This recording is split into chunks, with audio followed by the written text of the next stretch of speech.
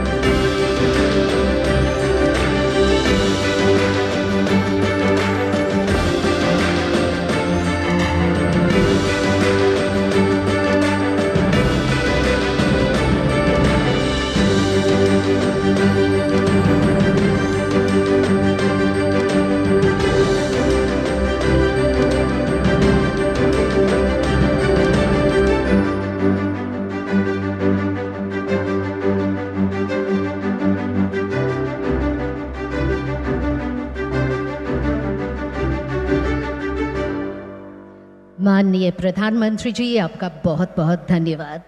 और अब हम एक एवी के माध्यम से इन समस्त परियोजनाओं के बारे में जानकारी देंगे।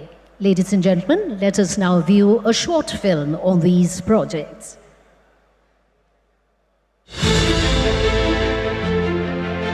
माननीय प्रधानमंत्री श्री नरेंद्र मोदी जी के यशस्वी व दूरदर्शी नेतृत्व में पिछले 11 वर्षों में पश्चिम बंगाल को एक विकसित प्रदेश बनाने के लिए भारत सरकार द्वारा कई प्रयास किए जा रहे हैं, जो कि विकसित भारत की एक आधारशिला है।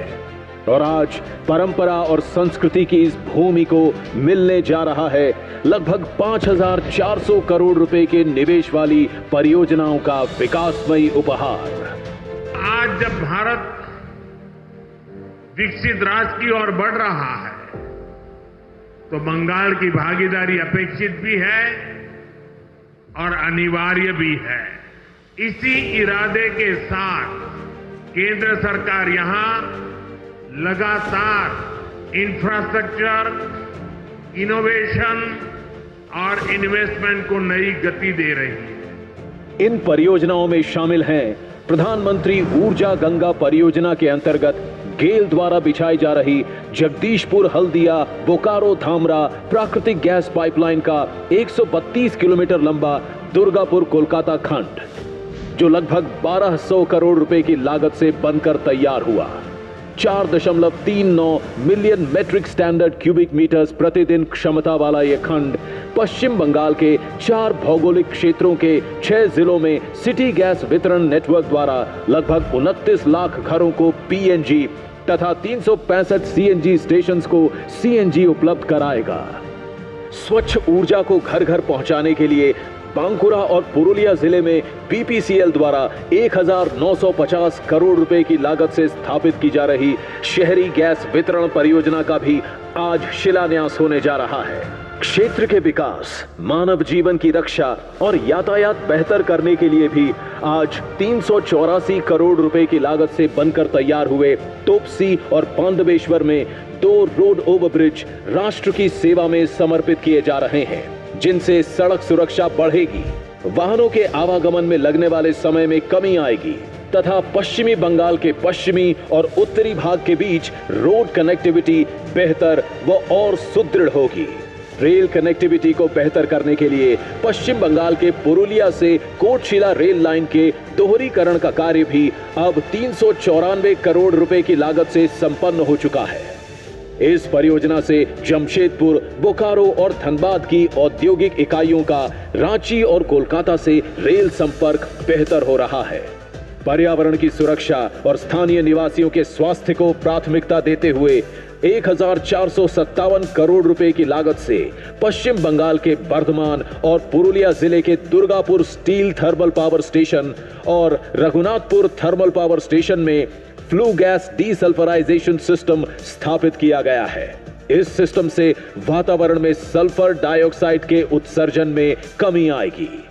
पश्चिम बंगाल में रोजगार के अवसरों में हो रही है बढ़ोतरी। स्वच्छ ईंधन और नए सड़क और रेल मार्गों द्वारा हुई बेहतर कनेक्टिविटी की वजह से व्यापार, पर्यटन एवं वाणिज्य का हो रहा है निरंतर विस्तार और साथ ही पश्चिम बंगाल को मिल रही है एक नई पहचान।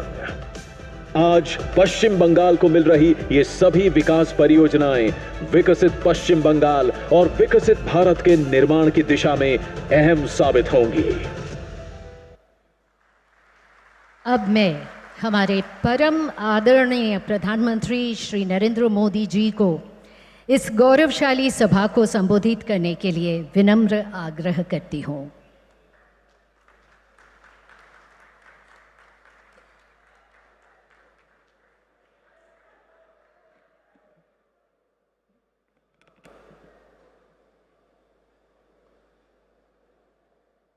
पश्चिम बंगाल के राज्यपाल डॉक्टर सीवी आनंद बोस जी, केंद्रीय मंत्रिमंडल के मेरे सहयोगी हरदीप सिंह पुरी, शांतनु ठाकुर जी, सुकांता मजुमदार जी, पश्चिम बंगाल विधानसभा में नेता विपक्ष शुभेंदु अधिकारी जी, संसद में मेरे सहयोगी श्रमिक भट्टाचार्य जी, ज्योतिर्मय सिंह महतो जी,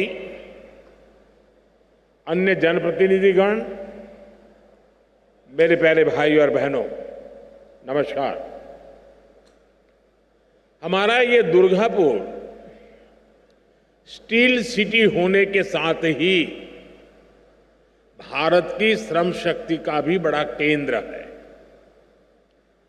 भारत के विकास में दुर्गापुर की बहुत बड़ी भूमिका है। आज इसी भूमिका को और मजबूत करने का अवसर हमें मिला है। थोड़ी देर पहले यहां से 5,400 करोड़ रुपए के प्रोजेक्ट का शिलान्यास और लोकार्पण हुआ है।